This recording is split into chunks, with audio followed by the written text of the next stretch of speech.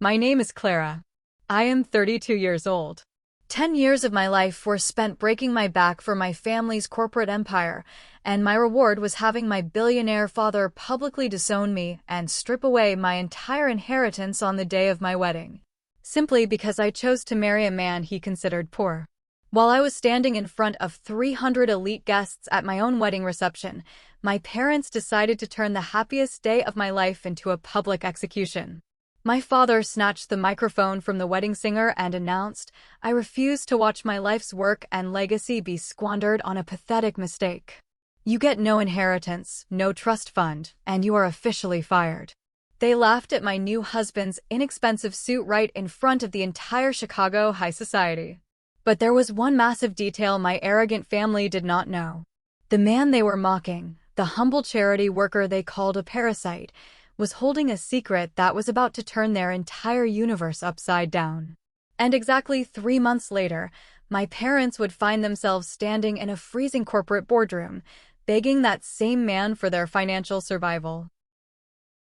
Before I tell you exactly how I dismantled my father's empire piece by piece, hit that like button if you believe that karma always comes to collect its debts. And don't forget to let me know where you are watching from in the comments below. Now, let's go back to where this nightmare began. Growing up in the Sterling family meant my life was a series of calculated business transactions. My father, Richard, built Sterling Logistics from a small regional trucking firm into a massive global conglomerate. In his world, everything had a price tag attached to it, including his love and basic human respect. My mother, Eleanor, was his perfect counterpart. She was a woman who valued country club memberships, designer labels, and social standing far above her own children's happiness. They expected me to be a quiet, compliant corporate asset. I was supposed to marry some wealthy banking heir they handpicked, merge our real estate portfolios, and quietly continue expanding the family wealth. Instead, I fell in love with David. David was brilliant, deeply kind, and possessed a moral compass that my cutthroat family simply could not comprehend. He told me he worked at a local nonprofit organization, managing supply chains to distribute food to underprivileged neighborhoods across the city. He drove an old beat-up sedan, lived in a modest one-bedroom apartment, and cared deeply about making a real difference. I loved his passion. I loved his integrity. My father, however, hated him with a burning intensity. He saw David as a financial liability, a bad investment, and a personal insult to the Sterling legacy. When I refused to cancel the engagement, my parents decided to make an example out of me. The reception was held in the grand ballroom of the most exclusive hotel in downtown Chicago. I had spent months planning every single detail, foolishly believing that a beautiful ceremony might finally bridge the massive gap between my family and me. The tables were draped in imported silk linens. A string quartet played softly in the background. The room was dripping in white orchids and crystal chandeliers. It looked like an absolute fairy tale, but the tension in the air was thick and suffocating. I stood at the head table beside David. He wore a simple, rented suit that he had carefully tailored himself. He looked incredibly handsome, but he was completely out of place among the sea of custom designer tuxedos and expensive diamond necklaces. The room was packed with 300 guests. Wealthy investors, corporate board members, people who relied on my father for their salary and their success. The clinking of a silver spoon against a champagne glass brought the massive ballroom to a sudden halt. My father stood up. He snatched the microphone from the stand, and the entire room fell perfectly silent. I expected a stiff, polite toast. Instead, my father's expression twisted into a cruel sneer. He tapped the microphone twice, and his voice boomed through the speakers. He did not welcome David to the family. He looked directly at the crowd and stated that a Sterling Logistics executive marrying a charity worker was a sick joke. He loudly proclaimed that, because I had stubbornly refused to marry the wealthy man he had chosen for me, I was officially stripped of my executive title. He fired me in front of all my professional peers. He told the silent crowd that my access to the family trust fund was permanently revoked. He even signaled the hotel staff to cancel the catering service, loudly declaring he would not pay another dime for this embarrassment. I looked at my mother, hoping for a single shred of defense. Instead, she stood up, took the microphone, and told the crowd that they had always known I lacked the fierce ambition of my older brother, Julian. She called me soft, distracted by silly charitable causes, and entirely incapable of handling the family empire. Julian, the undisputed golden boy, sat at the center of the table and smirked. He picked up his vintage champagne and raised it high in the air in a mock salute to my public humiliation. They expected me to break down. They expected me to cry and beg for my job back. But I did not shed a single tear. I felt a warm, strong hand slip into mine. David stepped closer to me. He did not look embarrassed by his suit or intimidated by the hostile billionaires. He reached out, smoothly took the microphone from the stand, and looked directly at my father. David smiled warmly, and his voice carried clearly over the speakers. He told Richard to just keep his money. He said, "We do not need a single cent of the sterling fortune." He held my hand tighter, leaned into the microphone, and whispered a promise that sent a shiver down my spine. He told my father that in exactly 3 months, Sterling Logistics would be begging for our money. We walked out of that ballroom together, leaving my family sitting in stunned, furious silence. I thought the worst was over. I thought walking out of those heavy oak doors meant I was finally free. I was so incredibly wrong. To truly understand the absolute malice of what happened next, you have to understand the dynamic I had endured for my entire life. Growing up, Julian was the sun, and I was just a minor planet expected to stay quietly in his orbit. Julian was the male heir, the golden child who could do absolutely no wrong. During our family Thanksgiving dinners, while the rest of the family sat around the massive dining table discussing stock options and real estate investments, Julian was constantly praised for his supposed brilliant business acumen. But the truth was a very different story. Julian was entirely incompetent. I was the one working 80-hour weeks at the corporate headquarters. I was the one analyzing the complex supply chain routes, fixing the broken dispatch systems, and saving the company millions of dollars in operational waste. Julian was the one playing golf with clients and presenting my data as his own brilliant strategy. I had always hoped that hard work would eventually earn me my father's respect. I poured my soul into Sterling Logistics. I even had a mentor at the company, a man named Victor. Victor was the senior director of operations. He had guided me since I was an intern. He knew exactly how much of Julian's work I was secretly completing just to keep the department afloat. I trusted Victor implicitly. I believed he was my ally in a building full of sharks. But loyalty in the corporate world is a very fragile thing. When my father fired me at the wedding, I locked eyes with Victor in the crowd. I expected him to stand up. I expected him to defend my work ethic. Instead, Victor just looked down at his expensive shoes and took a slow sip of his champagne. He chose his comfortable salary and his corner office over the truth. He let me burn. That betrayal stung worse than my mother's cruel words. Knowing that I could never truly trust the Sterling corporate servers, I had spent the last 8 months secretly developing a proprietary forecasting algorithm on my own time. It was a massive piece of intellectual property, a complex data model designed to identify and eliminate global shipping inefficiencies. I intentionally kept it completely off the company network. The only copy existed on a highly encrypted flash drive that I kept locked inside the bottom drawer of my custom desk at the office. That algorithm was my ticket to independence. It was going to be the foundation of my own consulting firm. The morning sun filtered through the thin blinds of David's modest apartment. I woke up on a slightly lumpy mattress, a stark contrast to the imported Egyptian cotton sheets I was used to. But listening to my new husband's steady breathing, I felt a deep sense of peace. The lavish wedding and the gasping guests felt like a bad dream. I sat up quietly and reached for my phone. I had dozens of missed calls from various society friends who were hungry for gossip, but I ignored them all. I opened my banking app. My father had loudly canceled the catering check last night, and I needed to transfer funds to cover the working staff who absolutely did not deserve to be stiffed just because my father threw a tantrum. I stared at the bright screen, and my heart completely stopped beating. The bold black numbers at the top of my primary checking account read 0. Panic began to claw at my throat. I rapidly switched over to view my high-yield savings account. That account held the money I had been meticulously putting away from independent consulting side jobs since I was in college. It was my safety net. It was my freedom fund. It also read 0. A cold sweat broke out across my neck. I immediately dialed the emergency customer service number for my wealth management bank. After 20 agonizing minutes, a nervous representative verified my identity.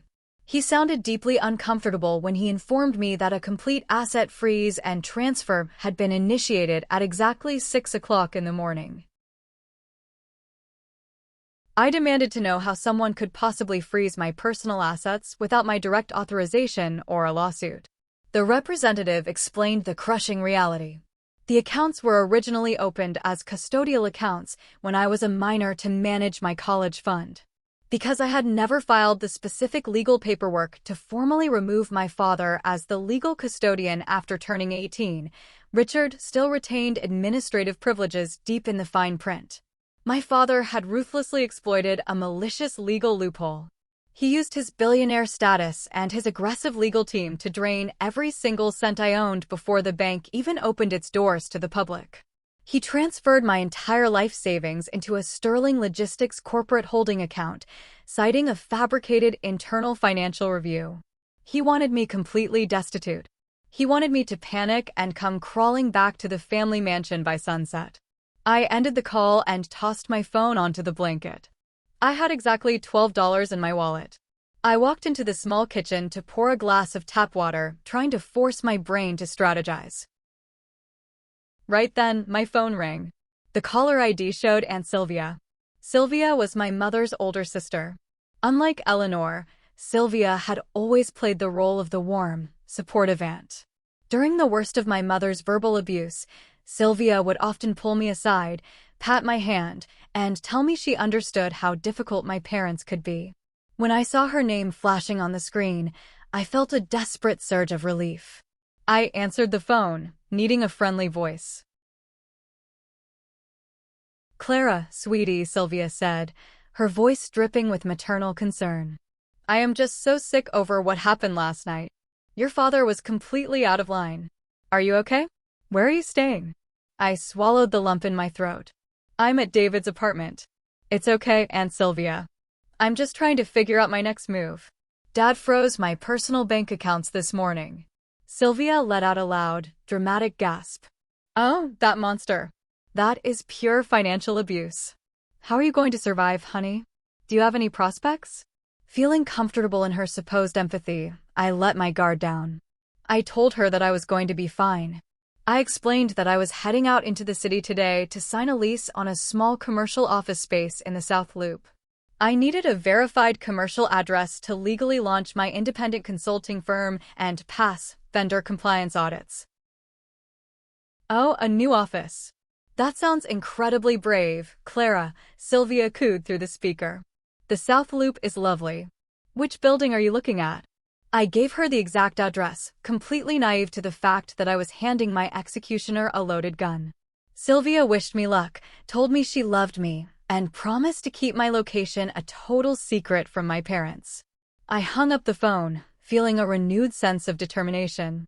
I didn't have my savings, but I had my brain, my industry contacts, and a plan.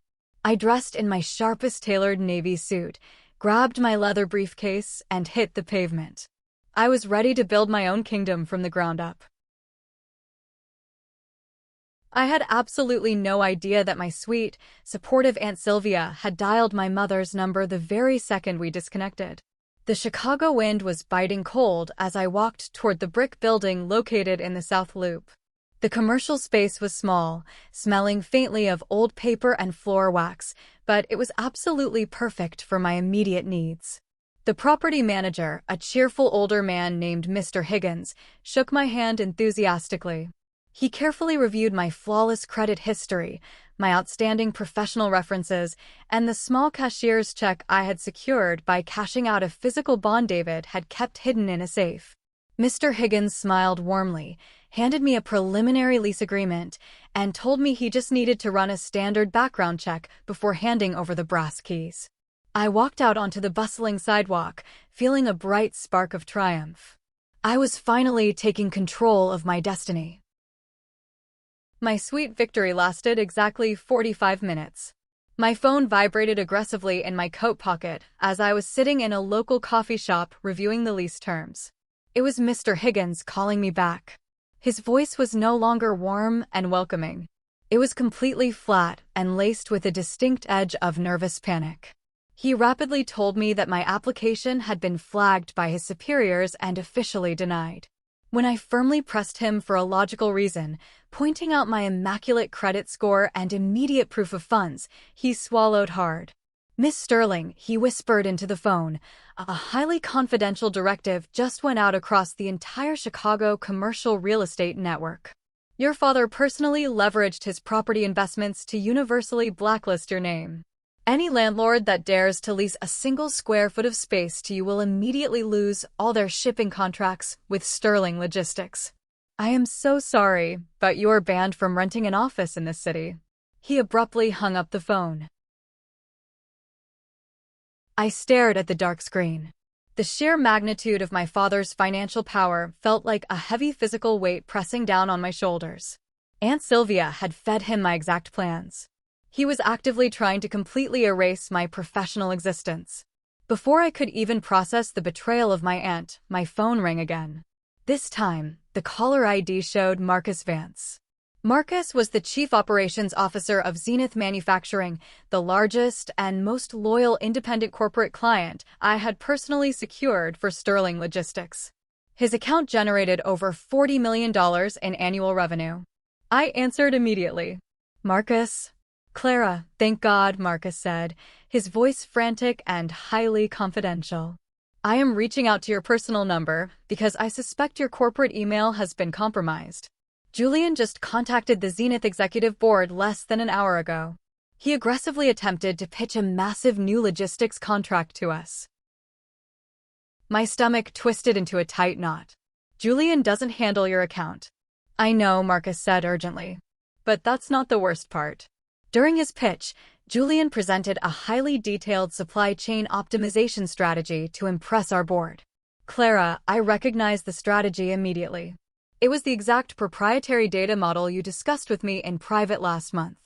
The one you were building on your own time." My blood ran completely cold. The algorithm. The encrypted flash drive locked in my custom desk at the corporate headquarters. As if the universe wanted to twist the knife deeper, a text message chimed on my phone while I was still on the line with Marcus.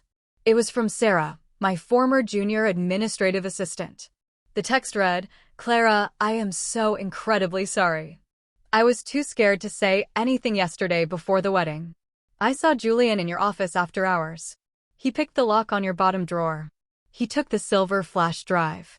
He was laughing with Victor about it in the hallway. Please forgive me." Victor knew.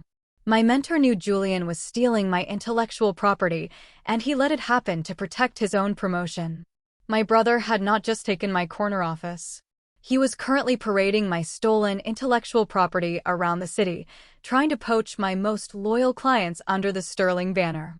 I ended the call with Marcus, a surge of pure, unadulterated adrenaline flooding my veins. They thought draining my bank account and stealing my office would force me into submission. They had absolutely no idea that they had just handed me the exact weapon I needed to dismantle their entire operation. Suddenly, a new email popped up on my phone. It was from my mother, Eleanor. The subject line read, "Lunch. Today. Noon."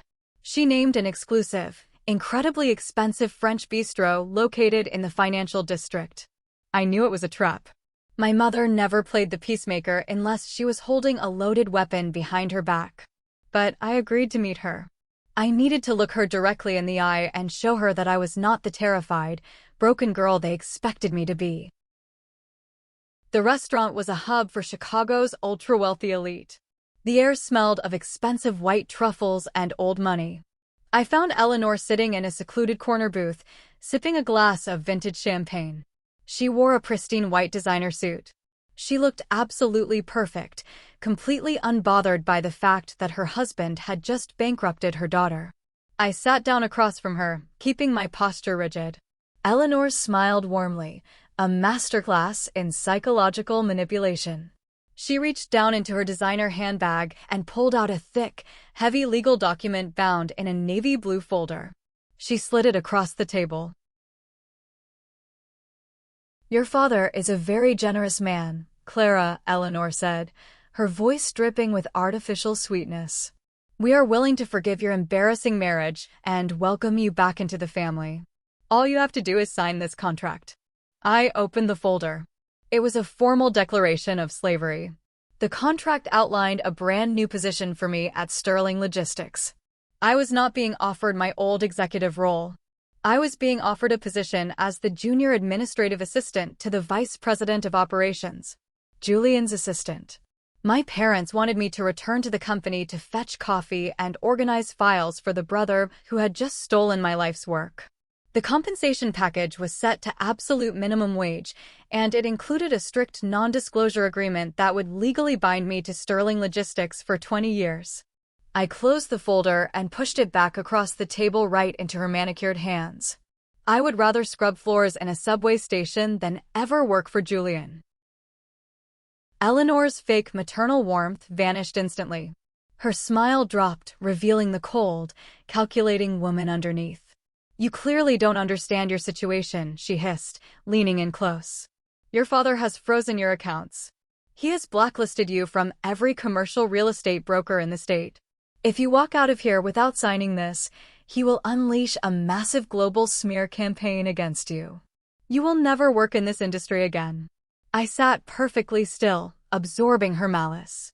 I calmly reached into my own leather briefcase and pulled out a crisp document of my own. I slid it across the table, mirroring her gesture. "I won't be needing your minimum wage job, Mother," I said proudly. "I launched my independent consulting firm this morning, and I just secured my very first massive exclusive audit contract with Horizon Freight."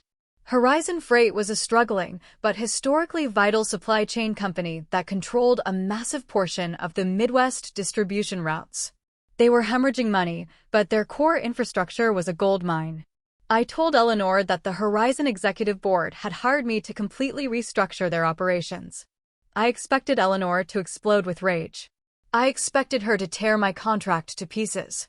Instead, she looked down at the paper, covered her mouth with her hand, and began to laugh. It was a deep, genuine belly laugh that drew the attention of the surrounding tables. She wiped a tear from her eye and looked at me with pure, unadulterated triumph. "Oh, Clara," Eleanor smiled, her eyes glittering with venomous joy. "It is such a funny coincidence that you chose that specific company. You see, Sterling Logistics executed a highly aggressive hostile takeover just this morning. Your brother convinced your father to completely buy out Horizon Freight. We own them now. And our very first executive action was to permanently terminate your independent contract." She delivered the final crushing blow without a single ounce of mercy. My father had spent tens of millions of dollars to acquire a struggling corporate entity simply to sever my singular independent contract. I walked out of that elegant bistro and stood on the freezing concrete sidewalk. Any normal person would have been utterly devastated. My vindictive family had systematically destroyed my independent career, boldly stolen my intellectual property. But standing there in the biting winter wind, I did not look defeated at all. I reached into the pocket of my coat and dialed David's private number. He answered on the very first ring. I smiled fiercely into the darkness and spoke. They took the bait completely. Julian just successfully convinced Dad to buy a company drowning in $50 million of hidden toxic debt. A beat-up 10-year-old sedan pulled up to the curb right in front of me. The passenger side window rolled down, revealing David sitting behind the steering wheel. He was dressed in a casual blue sweater. He looked at my frozen expression and gave me a warm, reassuring smile. "Get in the car." I slid into the passenger seat and let out a long breath. I told him about the real estate blacklisting.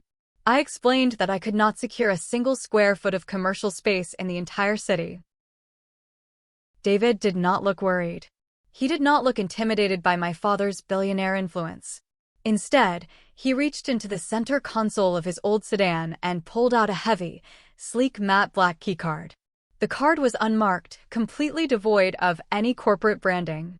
He put the car in drive and navigated through the heavy downtown traffic. He drove straight into the heart of the Chicago financial district, pulling into the underground VIP parking garage of the Apex Tower, the most exclusive and secure commercial high-rise in the entire state. A uniformed security guard saw the old car approaching, but the moment he made eye contact with David, he immediately stood at absolute attention, gave a deeply respectful nod, and opened the private executive gate. David swiped the matte black keycard in the private elevator. We shot up past the standard corporate floors and didn't stop until we reached the very top. The doors glided open, and I stepped onto polished marble floors, finding myself standing inside a breathtaking multi-million-dollar penthouse office suite. It was surrounded by floor-to-ceiling glass windows offering a panoramic view of the sprawling city skyline. It was a corporate fortress far more luxurious than my father's own executive boardroom. David walked over to the largest corner office, opened the heavy glass door, and turned to look at me. His expression was calm and filled with absolute certainty. My nonprofit board had some completely unused space that they wanted to share. He smiled warmly. It is yours. The morning sun poured through the floor-to-ceiling glass windows of my new penthouse office in the Apex Tower. For the first time in days, I felt a profound sense of absolute control. David had given me the ultimate sanctuary, a massive fortress where my father's money and my aunt's manipulative spying could not touch me. I spent the early hours setting up my secure servers, migrating my encrypted data models, and preparing to launch my independent firm under the radar. The next 3 months passed with the speed of a slow-motion train wreck for my family. The arrogant press releases celebrating Sterling Logistics and their hostile takeover of Horizon Freight quickly soured into panicked, absolute silence. The $50 million of hidden toxic debt inside Horizon was not just a static number on a ledger. It was a vicious infection, a carefully crafted poison pill that rapidly spread through the Sterling corporate infrastructure. Horizon Freight had survived for years by shuffling massive liabilities between offshore shell companies and deliberately falsifying their quarterly overhead. The moment Julian blindly integrated their corrupted network into Sterling's pristine financial ecosystem, the poison immediately entered their central bloodstream. I watched the catastrophe unfold from my penthouse office, tracking the predictable collapse through industry whispers and frantic market reports. The operational integration was an absolute, monumental disaster. Julian had ordered a complete merger of the two routing networks without running a single compatibility test. He assumed my stolen predictive algorithm would magically solve the complex logistical overlap. He was entirely, spectacularly wrong. Because Julian fundamentally lacked the ability to interpret raw data, he instructed the automated dispatch systems to execute highly inefficient shipping routes. A complex forecasting algorithm is entirely useless if the person running it does not understand the underlying market variables. I knew every single line of code, every predictive outcome, and every hidden financial risk embedded within that model. Julian was foolishly playing with fire, and I was gladly letting him burn his own fingers to the bone. Within 4 weeks, Sterling Logistics was burning through hundreds of thousands of dollars in excess daily fuel costs. Massive cargo shipments were delayed. Premium clients were furious, and the acquired Horizon fleet required staggering maintenance repairs that Julian had entirely failed to budget for. To cover gaping holes in the daily operating budget, Julian began diverting critical funds from Sterling's most profitable divisions. This desperate maneuver caused a severe ripple effect. Key international vendors suddenly found their invoices delayed. Marcus Vance at Zenith Manufacturing was the first major client to trigger the penalty clauses in their legacy contracts, bleeding Sterling for millions. By the end of the second month, the internal corporate panic could no longer be contained. The financial hemorrhage was severe and accelerating. I sat at my mahogany desk, reviewing my own highly profitable audit contracts. My independent firm was thriving, actively scooping up the premium clients that Sterling was bleeding out. David would often sit on the leather sofa in my office, quietly reading financial reports, a small, knowing smile playing on his lips every time the market tickers flashed red for Sterling Logistics. The universe was finally correcting the massive imbalance that had plagued my entire existence. I did not need to lift a single finger to destroy my family. They had done the job perfectly themselves. Desperation breeds incredibly dangerous alliances.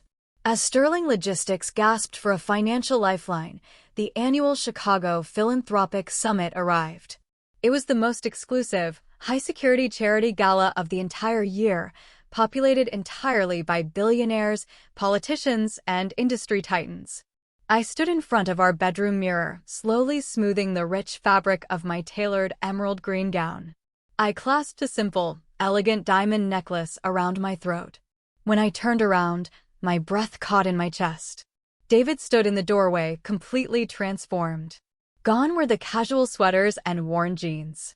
He wore a masterfully tailored midnight black tuxedo that fit his broad shoulders with absolute sharp precision.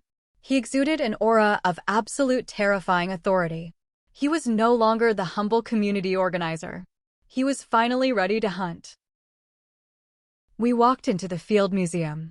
The massive marble halls were completely transformed into a breathtaking display of excessive wealth. Towering floral arrangements flanked the grand staircases. Waiters in immaculate tailcoats circulated seamlessly through the dense crowd, carrying silver trays loaded with vintage champagne. David and I did not rush into the crowded floor to mingle. We took our time securing 2 glasses of champagne and positioning ourselves on the elevated mezzanine that directly overlooked the main ballroom. From this strategic vantage point, we had a perfect, unobstructed view of the entire event. It did not take long for my highly anticipated targets to arrive. The Sterling family walked through the main mahogany doors, and they looked absolutely atrocious. Richard, a man who usually commanded any room he entered with terrifying arrogance, looked visibly aged and entirely exhausted. His incredibly expensive tuxedo seemed to hang loosely on his thinning frame. He was sweating profusely, his eyes darting frantically around the crowded ballroom like a cornered animal, desperately searching for wealthy investors to bail out his sinking ship. Julian trailed closely behind him, clutching a thick glass of bourbon like a physical lifeline. The golden boy looked completely shattered. His usual arrogant swagger had been entirely replaced by a nervous, twitchy paranoia. Eleanor marched rigidly between them. She was wearing an overly elaborate, heavily beaded silver gown that screamed for attention, desperately trying to project an illusion of perfect stability to the watching society columnists. They were a pathetic sinking ship, desperately trying to bail water while the entire industry eagerly watched them drown. Eleanor stood off to the side, scanning the elevated mezzanine with her sharp, predatory gaze. Suddenly, her eyes locked directly. Eleanor did not hesitate. She grabbed her heavy silver skirts and began marching rapidly toward the grand staircase, fueled by a toxic cocktail of desperate rage and blinding maternal entitlement. Richard and Julian quickly flanked her, looking equally enraged and thoroughly humiliated. David felt my posture stiffen. He calmly placed his hand over mine and smiled, his gaze locked on the approaching storm. Eleanor crested the top of the stairs, her face flushed dark red with unhinged fury. She marched up to us and loudly demanded to know how I managed to sneak into this highly exclusive VIP section. She sneered at my dress, calling it a cheap imitation. She turned her venomous gaze to David, looking him up and down with absolute disgust. She loudly mocked him, asking if he had to steal a tuxedo from a dead man at his soup kitchen just to play dress-up for the evening. Julian chimed in, his voice slurring slightly from the bourbon. He called me a complete embarrassment to the Sterling name and demanded we turn around and walk out the service doors before we ruined their incredibly important business networking. I took a slow sip of my champagne, completely unbothered by their toxic verbal barrage. I looked directly into my mother's eyes and calmly informed her that we were officially invited guests and we had absolutely no intention of leaving. Eleanor let out a sharp, mocking bark of laughter. She declared that tickets to this specific VIP section cost $50,000 each. Her voice rose to a shrill pitch as she frantically waved her hand aggressively, signaling the elite event security team near the balcony doors. She pointed directly at David and me, demanding that the guards immediately remove the unwanted trash from the private VIP section. The head of security, Chief Reynolds, quickly approached. But instead of grabbing David, Reynolds stopped, stood at rigid attention, and bowed deeply. "My apologies for the disturbance, Mr. Chairman," the guard said respectfully to David. Reynolds then turned to his security detail and signaled them forward. Before Eleanor could utter another hysterical syllable, the elite security team physically surrounded her, Richard, and Julian, forcibly ejecting the screaming Sterling family from the VIP section and dragging them out toward the service exit. I watched my father's face contort in absolute dread as he was pulled away. The man he had relentlessly mocked was not a charity worker. And the storm that was about to hit Sterling Logistics was going to wipe them completely off the map. "Hey everyone, David here." Clara needed a moment to breathe after reliving the sheer toxicity of that charity gala, so I am taking over the microphone for the second half of this story. Because what happened next was a financial slaughter that I personally orchestrated, and I want to tell you exactly how it felt to watch the people who abused my wife finally reap what they had sown. You see, Richard and Eleanor thought they were just dealing with a discarded, disobedient daughter. They thought my worn-out sweaters and community-centered job meant I was a target they could easily step on. They had absolutely no idea that they had just declared war on the CEO of Apex Holdings. By the Monday morning following the charity gala, Sterling Logistics was officially running on fumes. I knew this because my analysts were tracking every single frantic move Richard made. He had less than 48 hours before he defaulted on thousands of independent contractor invoices. If those drivers did not receive their weekly salary, the entire fleet would halt. The resulting supply chain collapse would trigger federal intervention and an immediate, unrecoverable bankruptcy. My father-in-law was backed into a corner, and a cornered animal is incredibly dangerous. He completely abandoned all logic, ignored every ethical boundary he had ever claimed to uphold, and descended into pure, desperate criminality. Late Sunday night, Richard locked himself inside the executive suite with Julian. He knew Clara's independent firm was rapidly acquiring Sterling's bleeding client base. He knew she had successfully secured massive contracts with Zenith Manufacturing and several other global titans. Her firm was flush with the exact liquid capital that Sterling desperately needed to survive the week. So, Richard ordered his golden boy to bypass standard legal channels and directly attack my wife's corporate infrastructure. He instructed Julian to utilize Sterling's internal IT routing networks to illegally hack into Clara's independent servers. Richard wanted Julian to breach the firewall, steal her active client roster, and manipulate the automated billing algorithms to siphon funds directly into a Sterling escrow account. It was a digital heist born of absolute, blind desperation. Julian, entirely terrified of his father and desperate to regain his lost status, blindly followed the illegal orders. He locked himself in his office, attempting to penetrate Clara's server network using brute force password generators and stolen administrative access codes from her old Horizon Freight files. He assumed Clara's new company was operating on standard, vulnerable software. He was completely, spectacularly wrong. When Clara established her new firm in my tower, she did not just build a standard corporate firewall. She utilized her proprietary algorithms to construct a dynamic, highly aggressive digital security matrix. We were sitting together in her penthouse office, drinking coffee, when the security alerts lit up her secondary monitor. The moment Julian's IP address attempted to ping her external servers, her security protocols engaged. The system did not just block his clumsy intrusion. It actively trapped his digital footprint. Julian's unauthorized access attempts triggered a cascade of silent alarms. Clara's software recorded his exact location, his device identification, and every single keystroke he executed as he desperately tried to rewrite her client billing routing numbers. Within 12 minutes, her system permanently locked his connection and completely scrambled the Sterling internal server he was using to launch the attack. The hack was a humiliating failure. Julian was locked out, and Sterling was still drowning in toxic debt. But Richard wasn't finished. When Monday morning arrived, the internal panic at Sterling Logistics reached a fever pitch. The banks were officially demanding a complete external audit of the financial records by Wednesday. Richard knew the auditors would immediately discover the $50 million of hidden horizon debt. He needed a massive distraction. He needed a scapegoat. At precisely noon, a heavy courier envelope was delivered directly to Clara's office. Inside was a massive stack of legal documents printed on premium Sterling Logistics letterhead. It was a formal cease and desist order, accompanied by a drafted lawsuit demanding $100 million in immediate damages. The legal narrative was a masterful work of pure fiction. Richard was officially accusing my wife of corporate espionage.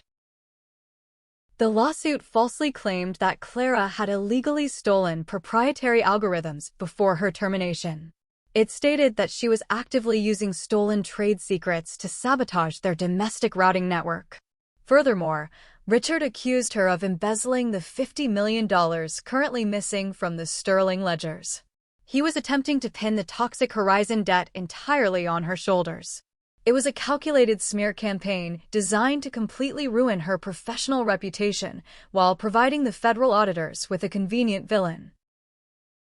The threatening letter demanded that Clara immediately surrender her client roster, freeze all her business operations, and transfer her active capital into a Sterling account pending a full legal investigation.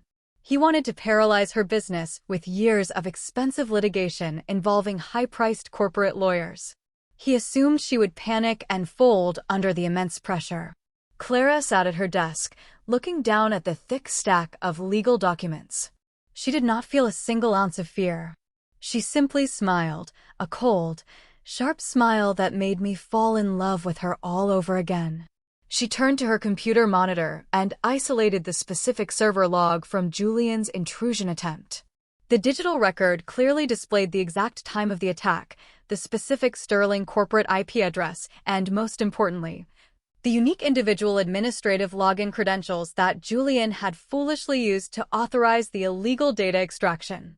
It unequivocally proved that the vice president of Sterling Logistics had actively attempted to manipulate financial routing numbers to steal millions of dollars. It was textbook wire fraud, carrying a mandatory minimum sentence in a federal penitentiary. Clara took a high-resolution screenshot of that single damning server log. She opened a new email window, typed Richard's direct private executive address, attached the screenshot, and clicked send. No subject line. No greeting. Just the undeniable proof of his son's federal felony. 14 minutes later, Clara's phone vibrated. It was Richard. He did not yell. He did not threaten her with his fabricated lawsuit. The irrefutable federal evidence of Julian's wire fraud had entirely neutralized his legal intimidation tactics. Instead, Richard demanded that she drive to the family mansion immediately to resolve this unfortunate misunderstanding. I offered to go with her, but Clara shook her head. She needed to face them alone.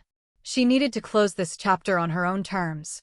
I waited in the car outside the massive iron gates of the estate, my phone securely linked to an open audio line in her pocket just in case things turned physical. Clara walked into her father's study.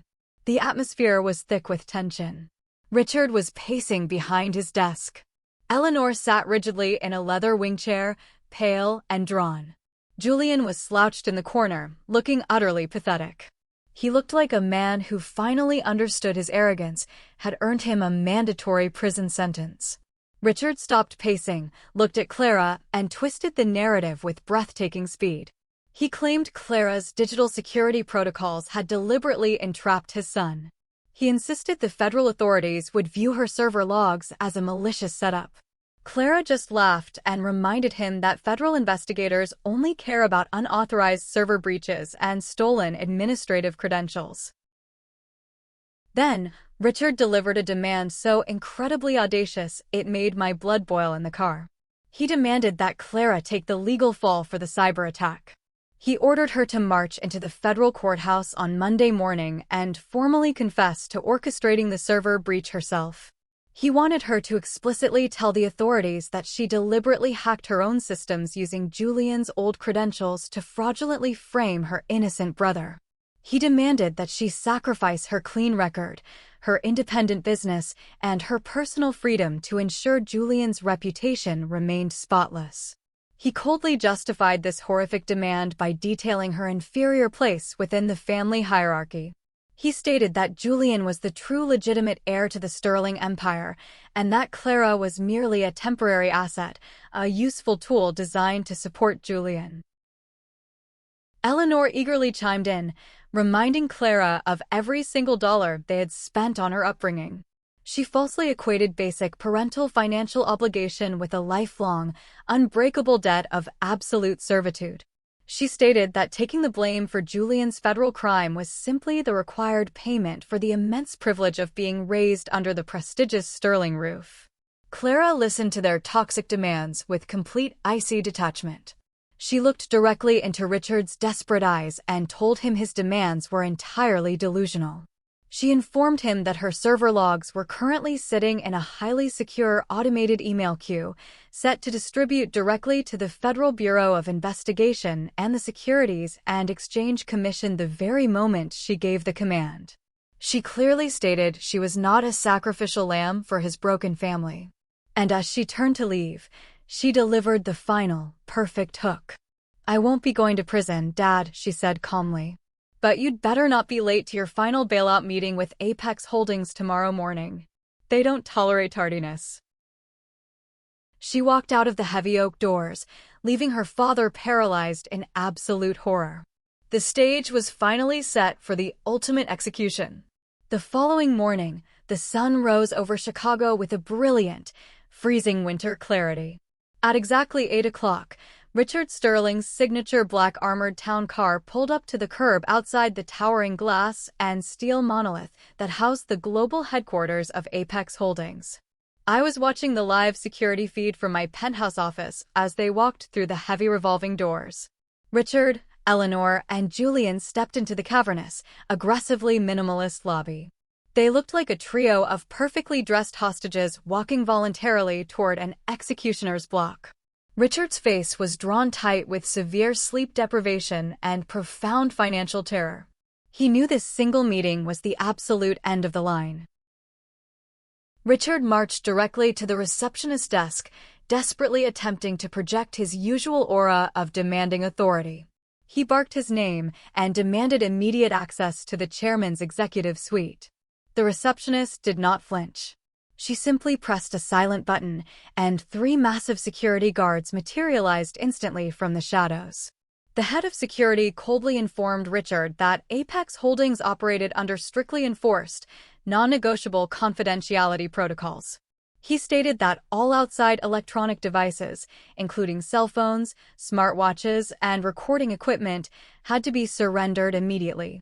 Richard opened his mouth to loudly protest this massive indignity, but the guard simply stepped forward, stating that compliance was mandatory and any refusal would result in the immediate cancellation of their bailout negotiations.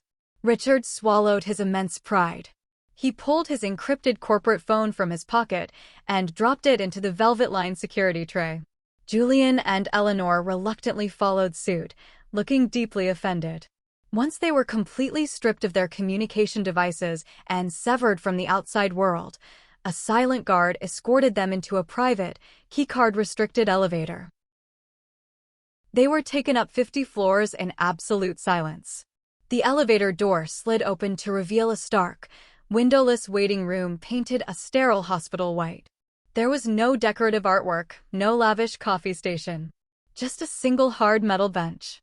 The guard gestured for them to sit, stepped backward into the hallway, and firmly locked the heavy door from the outside. They were entirely trapped in a psychological pressure cooker I had intentionally designed to break down the arrogance of desperate corporate executives before negotiations even began. I left them in that freezing room for 45 agonizing minutes. Through the hidden audio feed, I listened to their toxic delusion remain completely intact.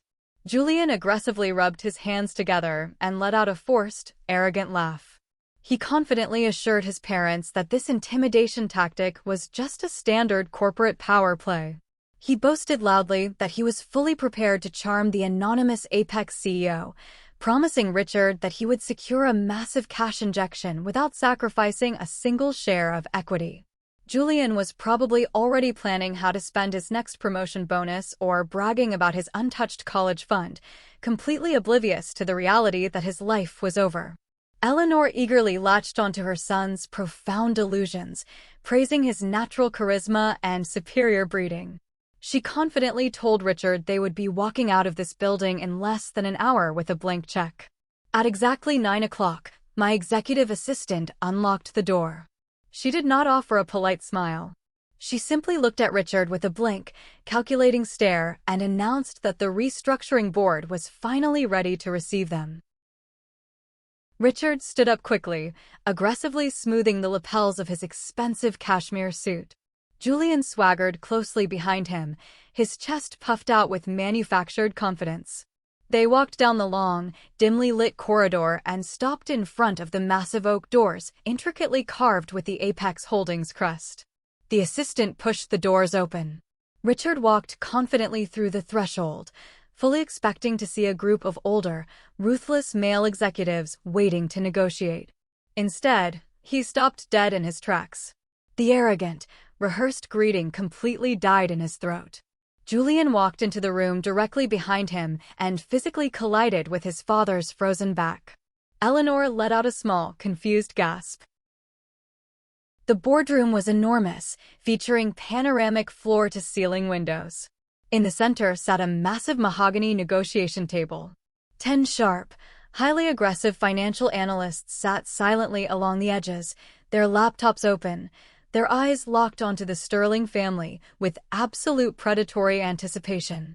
And sitting perfectly still at the very head of the table, occupying the chairman's high-backed leather chair, was Clara. For 10 agonizing seconds, the only sound in the cavernous space was the gentle hum of the climate control system.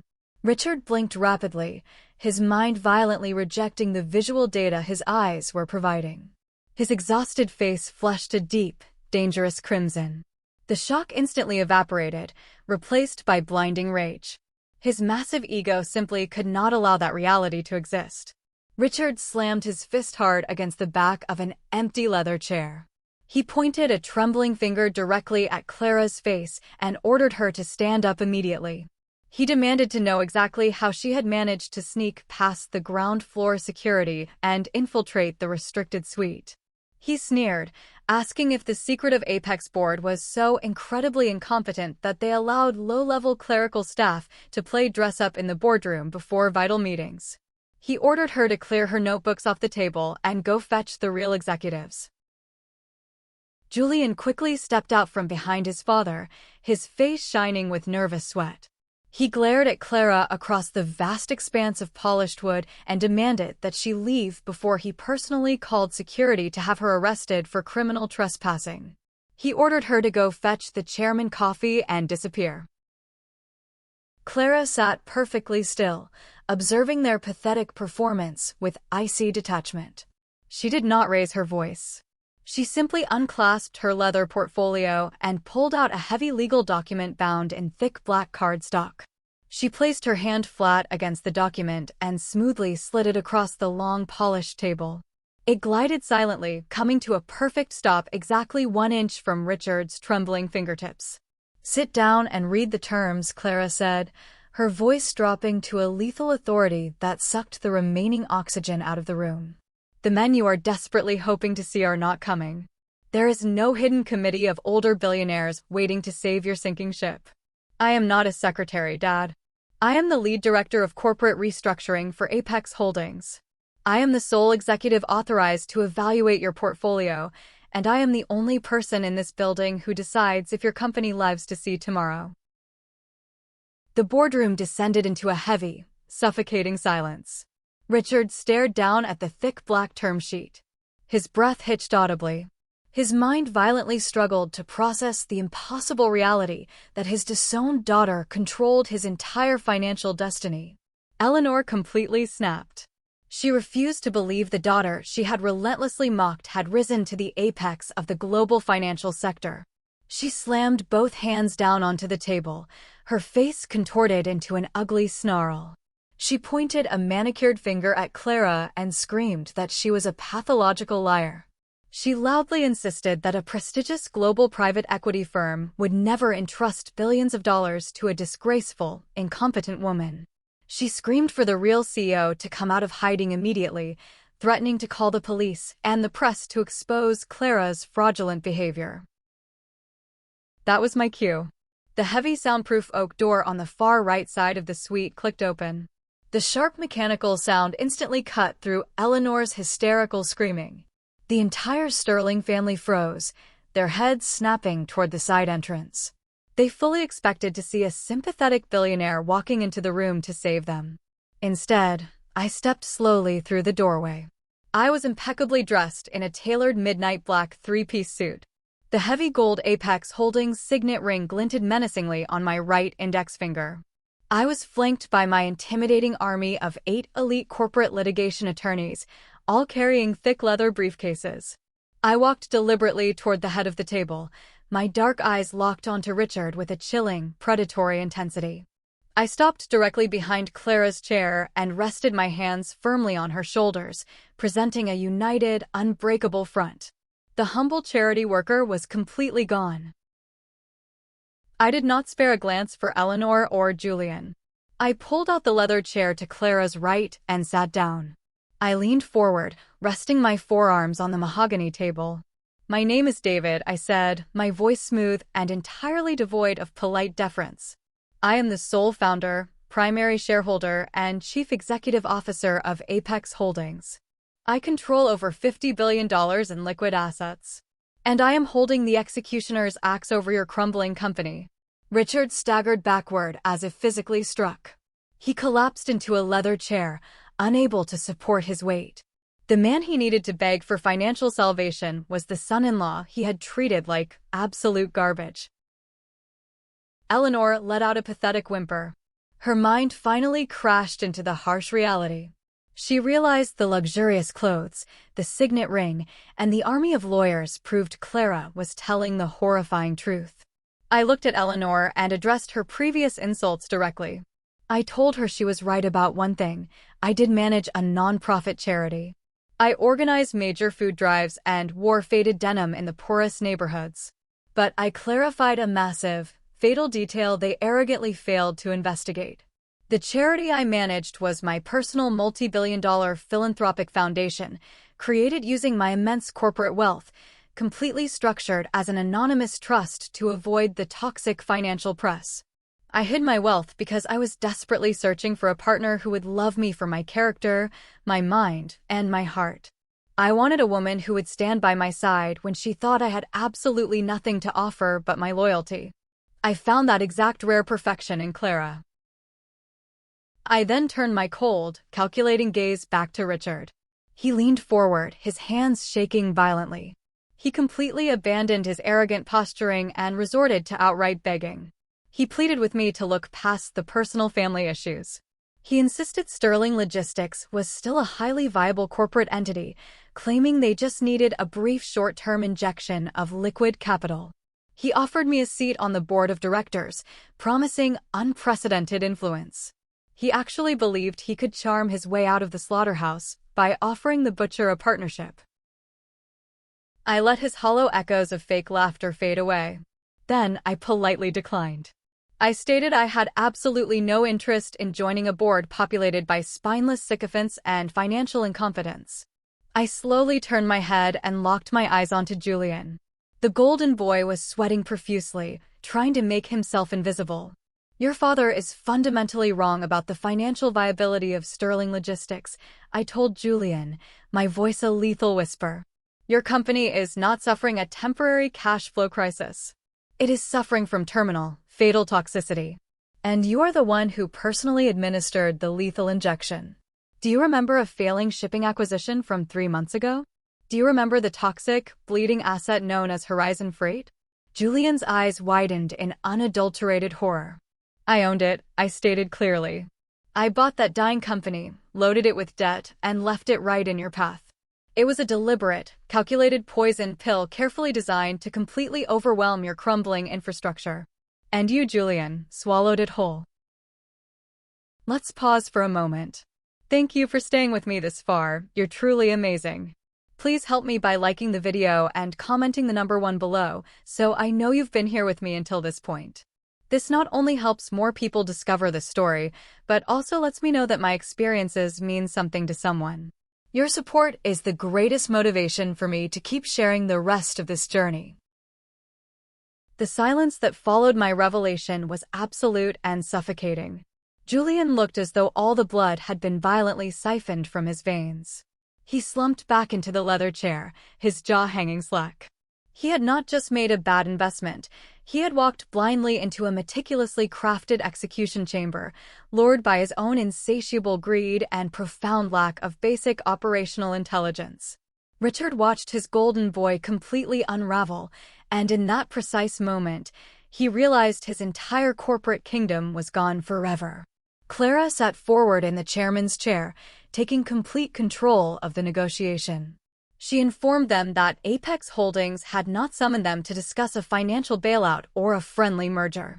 She explained that Sterling Logistics was completely worthless as a functioning partner. While you were busy desperately trying to secure loans from traditional banks, Clara said, her voice sharp and clinical, Apex Holdings has been quietly moving through the financial shadows. Over the past 48 hours, we have systematically purchased every single outstanding Sterling debt obligation. We acquired your defaulted vendor invoices, your staggering bank loans, and your massive unfulfilled contracts. We do not just hold the toxic Horizon debt. We now own the entirety of your financial liabilities. We are your only creditor. Richard gripped his hair in absolute despair. We had not just cornered him, we had entirely purchased the corner. Clara explicitly stated that this meeting was a formal notification of a highly aggressive, completely unassailable hostile takeover. We were going to strip Sterling down to its bare studs and liquidate its redundant assets. Clara reached into her tailored suit jacket and pulled out a small, sleek silver flash drive. She placed it gently on top of the thick black term sheet. She tapped the silver metal, ensuring Richard and Julian were looking directly at the device. She reminded them that it contained the complete encrypted server logs proving Julian's illegal cyber attack and wire fraud. She picked up a heavy, solid gold Apex executive pen and slid it across the table. You will surrender 100% of your voting shares to Apex Holdings right now, Clara commanded. If you refuse, I hand this flash drive containing Julian's wire fraud evidence directly to the FBI. Richard stared at the gold pen. For 35 years, he had wielded his signature like a weapon, authorizing ruthless corporate raids and firing thousands of employees. Now, his signature was the instrument of his complete execution. It was Eleanor who moved first. She let out a horrified gasp as the foundation of her reality disintegrated. She turned her head toward Julian. The adoration was gone, replaced by toxic realization. She pointed a trembling finger at his chest and shrieked, demanding to know how he could be so incredibly stupid to fall for a fake acquisition. She screamed that her friends at the country club would read about this scandal, that she would be permanently blacklisted from every charity gala. She violently blamed Richard for trusting a weak boy to handle logistics without supervision. Julian, stripped of his armor and his mother's worship, regressed into pure panic. He jumped up, hurled his leather chair backward against the glass window, and paced frantically. He screamed that he refused to go to federal prison. He turned to his father and demanded Richard call the family wealth manager immediately. Julian announced his plan to permanently flee the legal jurisdiction, demanding the immediate release of his entire personal trust fund. He calculated that with $20 million in untraceable cash, he could secure a private chartered flight to a non-extradition country. Clara simply lifted her right hand and tapped the illuminated glass screen of her digital tablet twice. She pulled up the classified financial audit of the Sterling family's private banking portfolios. She looked directly at her brother. "Stop screaming, Julian. There are no private chartered flights waiting for you. There is no golden parachute." She leaned forward, her voice perfectly level. "Your trust fund does not exist anymore. Dad used it as collateral to cover your toxic Horizon acquisition. You have exactly $0 to your name." Julian stopped breathing. The safety net that had caught every catastrophic failure since his childhood evaporated. He turned to Richard, his voice a hollow rasp, asking if it was true. Richard could not even look his son in the eye. He just stared at the table, his silence a devastating confirmation. Eleanor let out a wounded, animalistic keen. She clawed at Richard's sleeve, demanding he deny it, shrieking that the Sterling wealth was generational and bulletproof. Richard violently shoved her hands off his arm. He looked like a man who had aged 20 years in 20 minutes. Clara tapped the gold pen. "Time's up, Dad." Richard reached out, his fingers shaking so violently he knocked the pen onto its side before grasping it. A single tear of pure humiliation splashed onto the thick cardstock. He pressed the gold nib to the signature line, turning his usually bold autograph into a jagged, messy scrawl. He signed the first page, flipped it, and signed the second. He pushed the binder back toward Clara, completely surrendering his throne.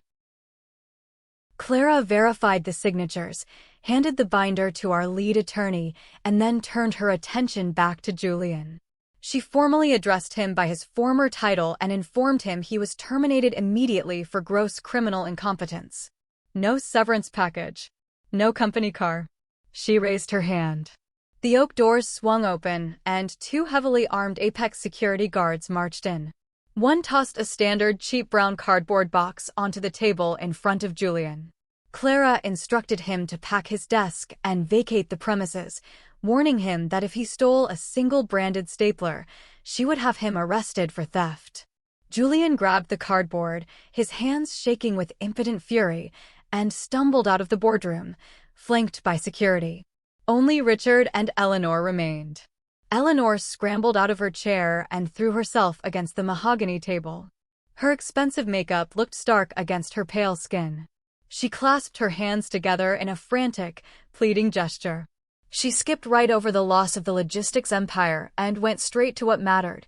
She begged Clara to issue a small corporate check to cover their ultra-exclusive country club maintenance fees, sobbing that she could not survive the humiliation of being publicly posted on the delinquent ledger. Clara looked at the woman who had spent decades calling her a worthless disappointment. She reached into her pocket, pulled out a single crisp $20 bill, and smoothed it out on the table.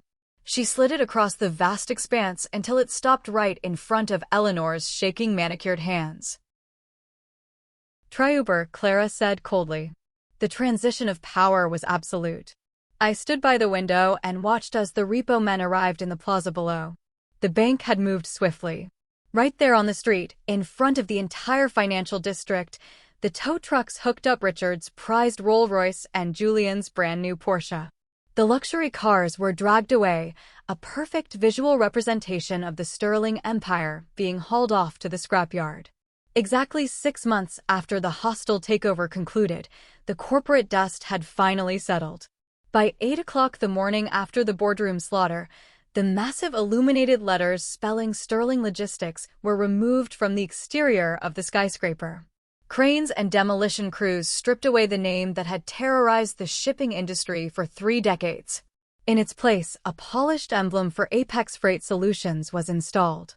Clara did not waste a single hour. She moved into the chairman's office, had her father's heavy furniture hauled away to a liquidator, and set up a modern workspace.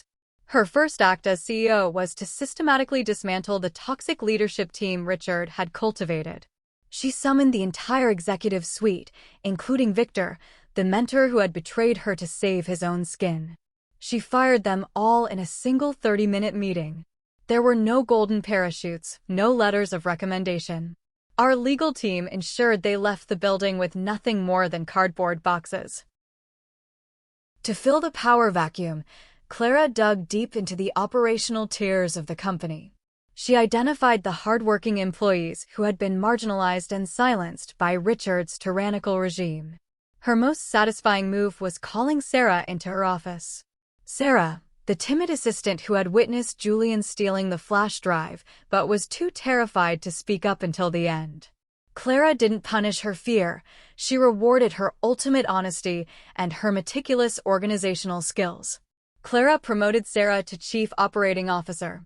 Within 2 weeks, Apex Freight Solutions was operating with a level of efficiency and positive employee morale that Sterling Logistics had never achieved in its 30 years of business. The corporate takeover triggered a financial avalanche that entirely consumed Clara's parents. Stripped of his company, his executive salary, and his corporate expense accounts, Richard's mountain of personal debt instantly collapsed on top of them. Without the logistics company to serve as their personal piggy bank, they defaulted on every financial obligation. The bank swiftly foreclosed on their massive 30-room estate in Lake Forest. We watched the estate liquidation auction happen online. Every piece of furniture, every oil painting, and every designer gown Eleanor had hoarded over the decades was auctioned off to the highest bidder simply to satisfy their angry creditors. They were stripped of their vehicles, their country club memberships, and their social standing.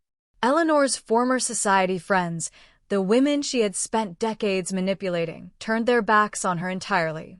Her phone stopped ringing. The charity gala invitations vanished. They were exiled from high society. Left with a fraction of a retirement account that barely escaped the corporate liquidation, Richard and Eleanor were forced to relocate to a cramped one-bedroom apartment in a run-down neighborhood on the outskirts of the city. Eleanor, a woman who had never boiled an egg or operated a washing machine, was suddenly forced to navigate a communal laundry room shared with dozens of strangers. Richard spent his days sitting in a cheap recliner, staring blankly at a television screen, broken by the reality that his own arrogance had cost him his kingdom. Julian's descent into the real world was the most severe consequence of the ordeal.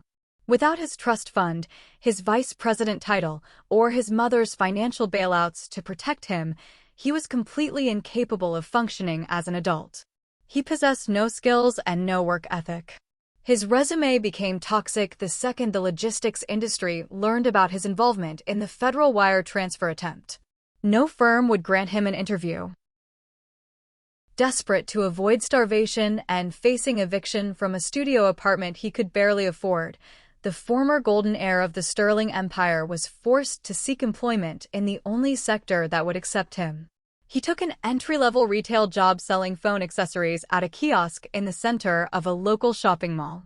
He had to wear an ill-fitting polyester uniform shirt with a name tag pinned crookedly to his chest. For 40 agonizing hours a week, he stood on his aching feet on a hard tile floor, enduring the relentless complaints of angry customers. His shift managers were young, highly driven, and entirely unimpressed by his prestigious last name. They yelled at him loudly when he was 5 minutes late, wrote him up aggressively for taking unauthorized bathroom breaks, and routinely forced him to scrub the display counters with glass cleaner at the end of every exhausting shift. Julian Sterling, the boy who genuinely believed the entire world existed solely to serve his desires, was finally learning the unavoidable and painful lesson of hard work and severe consequence. Apex Freight Solutions proudly posted its most profitable quarter in the recorded history of the shipping network. That evening, I walked out onto the wide glass balcony of our penthouse executive office. The cool evening wind was blowing gently, and the sky above Chicago was a vibrant canvas of deep purples and dark blues. The sprawling city lights below sparkled brightly. Clara was already standing there, resting her hands on the cool metal railing, taking in the magnificent view of the powerful empire we had successfully secured. I walked up beside her and wrapped my arm securely around her waist, resting my chin gently on her shoulder. We stood there together in comfortable silence, simply watching the busy city move endlessly below us. She leaned back against my chest, and I could feel a profound, unshakable sense of peace radiating from her. For so many years, Clara had been forced to believe her toxic family's cruel lies, passively accepting her assigned role as the pathetic family disappointment. But standing there tonight, surrounded by the undeniable tangible proof of our massive success, the truth was finally clear. True security is never inherited through a lucky bloodline or handed down in a heavily guarded trust fund. It can never be bought with exclusive country club memberships, luxury cars, or fake corporate executive titles. True security is built brick by brick with your own two hands. It is forged in the hot fires of personal resilience, constructed with unwavering integrity, and permanently solidified by choosing a partner who sees your absolute worth, even when you are completely stripped of everything else. We had utterly dismantled a toxic, abusive legacy and built something incredibly beautiful, profitable, and strong in its exact place. The Sterling name was permanently erased from the industry, but Clara's legacy meant something entirely different now. It meant survival. It meant absolute strength. Clara turned slowly in my arms and looked up into my eyes. She smiled, silently acknowledging the massive, life-changing victory. Thank you so much for listening to our story. It's a harsh reminder that you should never let anyone, not even your own blood, dictate your worth or treat you like a disposable asset. When the people who are supposed to protect you try to break you down, the most devastating response is to build yourself up so high that their cruelty can no longer reach you.